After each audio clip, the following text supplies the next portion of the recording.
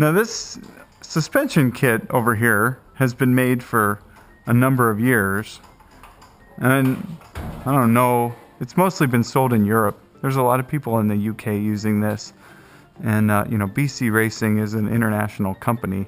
These parts are all made in, I believe they're made in Taiwan, and it's a fairly big company. They've got global distribution. They do a pretty good job. It's a great quality part. For the price point, it's a little ambitious. The tolerances and everything, the way it's built inside, I don't know how well it's done. These are all Japanese, and I've been working with Tein for a really long time. So I've got a lot of confidence with their product, enough to the point where I private labeled this part. I mean, we're the only ones that sell this one. Oh, wow. Yeah, I've been selling these for 10 years. This is part of their special damper program. And I was really honored to be like the first one to do this in the United States. Basically, we made a suspension kit for a car that they don't make a suspension kit for. And I was able to put my name on it, and effectively it's our kit then. They could make it themselves if they wanted to, but the volume's pretty low. It's enough for me to keep doing it, but not enough for them to want to do it, kind of thing. So we're in a good spot with these, and recently have updated this design, and we work pretty directly with their management and their engineers to get it working the way that we want. This one, I don't know as much about the company. They've got great support in the United States, and they're really good to work with. But really, this getting back to this part in particular, there's not a lot of them in the United States. And I think a lot of the reason why is there's not much demand because of this question of the load bearing. So one of the things that I've always wondered about with this suspension system, and I've not actually ever looked at, and we're going to see it right now for the first time, what does it look like in here? What is the shaft diameter? Because this suspension system is still going to be a strut. This is a load bearing part of the suspension, and I wanted to find out, well, how do they actually compare on the shaft? And I haven't really been able to get in here and see. So I was going to pop this off and look.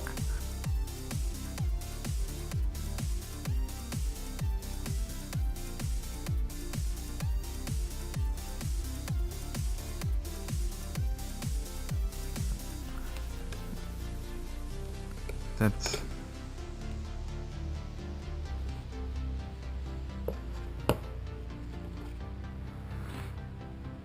okay, there's that. That should be a 17.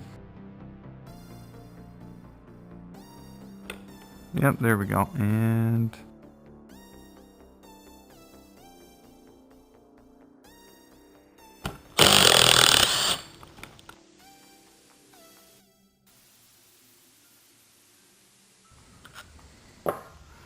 this washer holds it on the top. Pretty decent aluminum mount here. Now this is basically a bearing right here. Because this is the upper part of the suspension, as the steering turns, there needs to be a twisting up above. Now obviously the shock can twist the piston independently of the body, but with this, because the upper mount holds the spring seat, the whole thing's got to turn. So now you got this bearing in here, which is pretty typical strut design. It is another part to fail, this thing, but I would imagine it's pretty reliable. Now, so look at, they've got a pretty big shaft in there too.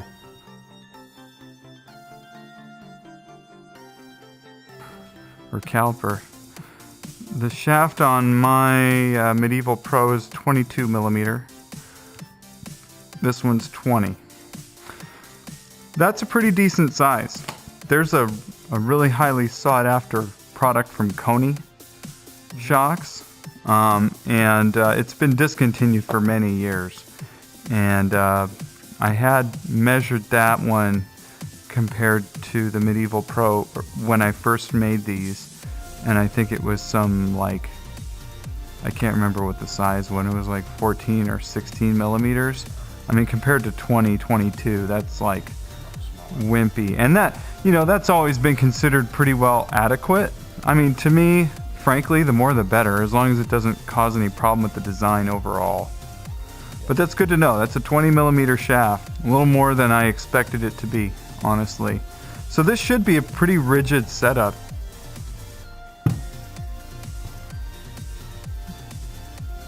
These holes in here are designed for a tool to go in to unthread these caps.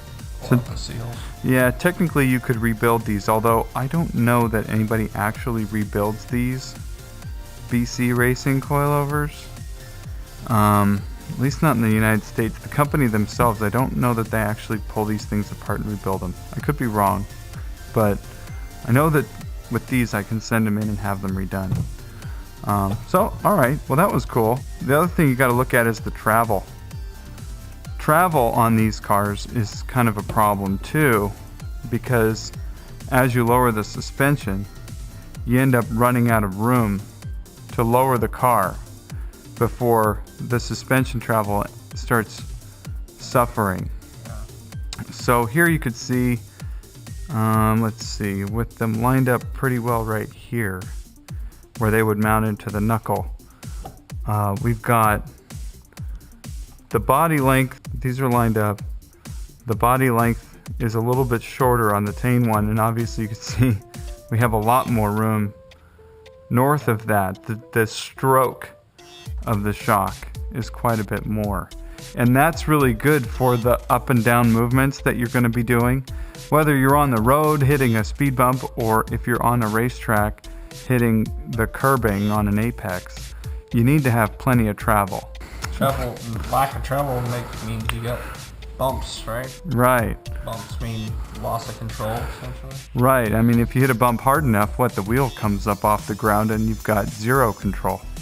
You're just relying on your trajectory at that point. Now, these are adjustable lower mounts. You see there's an extra bit of hardware here. And by loosening this collar, you can actually spin the damper tube up and down out of the threads here. Now, I will say that this one I can feel inside. There are no other threads. This thing is all the way as low as it can go. So one of the speculative reasons to buying this was that you could lower the car more, but based on this, I can't see how that's even possible. Yeah, it looks like it's probably about as low as you can go, otherwise you're just going to be really suffering up at the top. Plus, the lower you go, the stiffer you make this spring, which then... Well, these are unique because since the lower mount is adjustable independent of the spring purchase, it doesn't actually affect the spring rate at all. Because you adjust the height by changing the length of the damper. But right here, it's like, it's as short as it can go, and it still basically is the minimum shortness, I guess you could say. People speculating and saying that you could lower the car more with this suspension, I'm debunking that right here. That's my opinion. I'm sure somebody watching this video might whine about there being something better about this, but I'm not seeing it so far. We've got a bigger shaft diameter. If we take the spring out of the equation and we just look at the weight, so the Medieval Pro, 6 pounds for that corner, and the BC Racing one, 5. It weighs a little bit less. But that one depends on a spring being installed and a more elaborate mounting bracket. Right. Now, I could take out the torsion bar from the car. Now, that torsion bars weigh a lot more than the springs do. This is probably, weight-wise, it's probably a draw. I guess the last thing to really kind of consider is the bulk of the thing. This is a lot larger. This one, with the spring and all, is larger. And why is that important? Well, when we put a wheel on here, well, this is the stock wheel. I hope our video audience can tell this is completely organic, especially since we're both drinking beer. So the distance from here to here gets pretty important. If you want to upsize your wheels, you need a little more room if you want to make a wider wheel, wider tire. Without putting more offset on the rims or something? Yeah, because, well, with these cars, there's only so much you can go out anyway. The fenders are plastic, and if you look at them wrong, they'll crack and break. So let's see. Where the tire sort of interacts, maybe about 4.5 inches up on that mounting point is where your critical position is. And let's 4.5 inches up, right about here. This thing has a diameter of about 2.25. 4.5 inches up, right about here. This is maybe 2 1/16. So you got 3/16 of an inch more room with the Medieval Pro, which isn't a lot, but it's the difference between hitting and not hitting. Rubbing and stuff will create heat. Definitely don't want to be rubbing and creating extra heat on a shock. Right. This is like 1 7/8, I guess. They're both bigger than the Turquicos. So either one is going to carry a compromise on how far in you can go. The goal is maximum width. With a great damper in the car, you're going to get just a shade more here. Now, I think everybody could probably agree that an extra couple of millimeters in section width on your tire is not going to make the difference necessarily between being faster on track than somebody else or not. I mean, who wouldn't want to have that little bit extra? We only really looked at the front. The rear in this car is really pretty basic. I mean, there's differences here, but there's never really been a travel problem in the back, and there's a lot of dimensional differences here, but effectively I don't think there's really a whole lot to say one way or the other in the back. They look very much similar, other than the other one is adjustable height-wise, so it has a lot of adjustment factors, but otherwise dimensions look similar, mounting is similar. These are larger, but you know, the size in the back, I mean, it doesn't carry the same kind of dimensional penalty that the front does. We really didn't look at the back at all.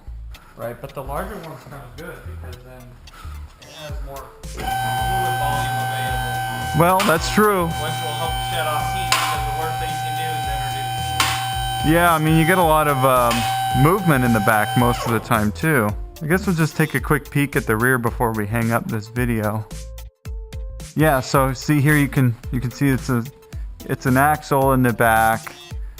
The struts mount directly to the axle through this bracket and then up into the top, and the springs seat on the body of the car, and the struts go up inside, and then pivots on this trailing arm here.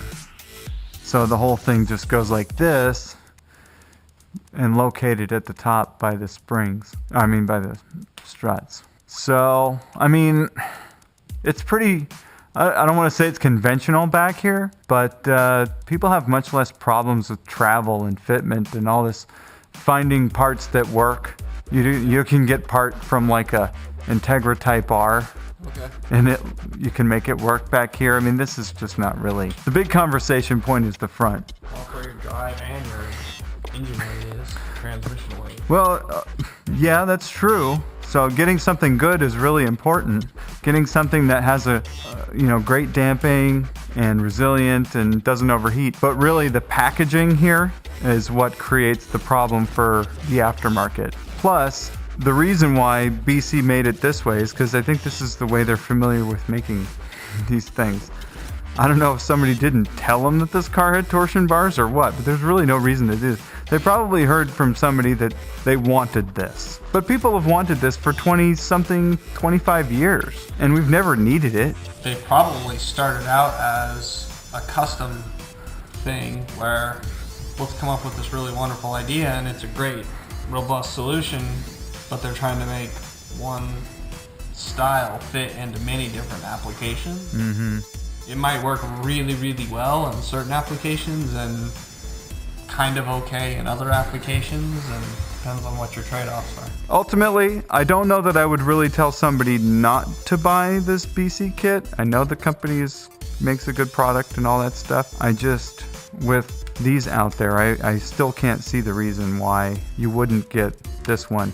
Well, there's a cost differential, and I'm not going to quote prices on the video because the video hopefully will be up for a long time and prices change.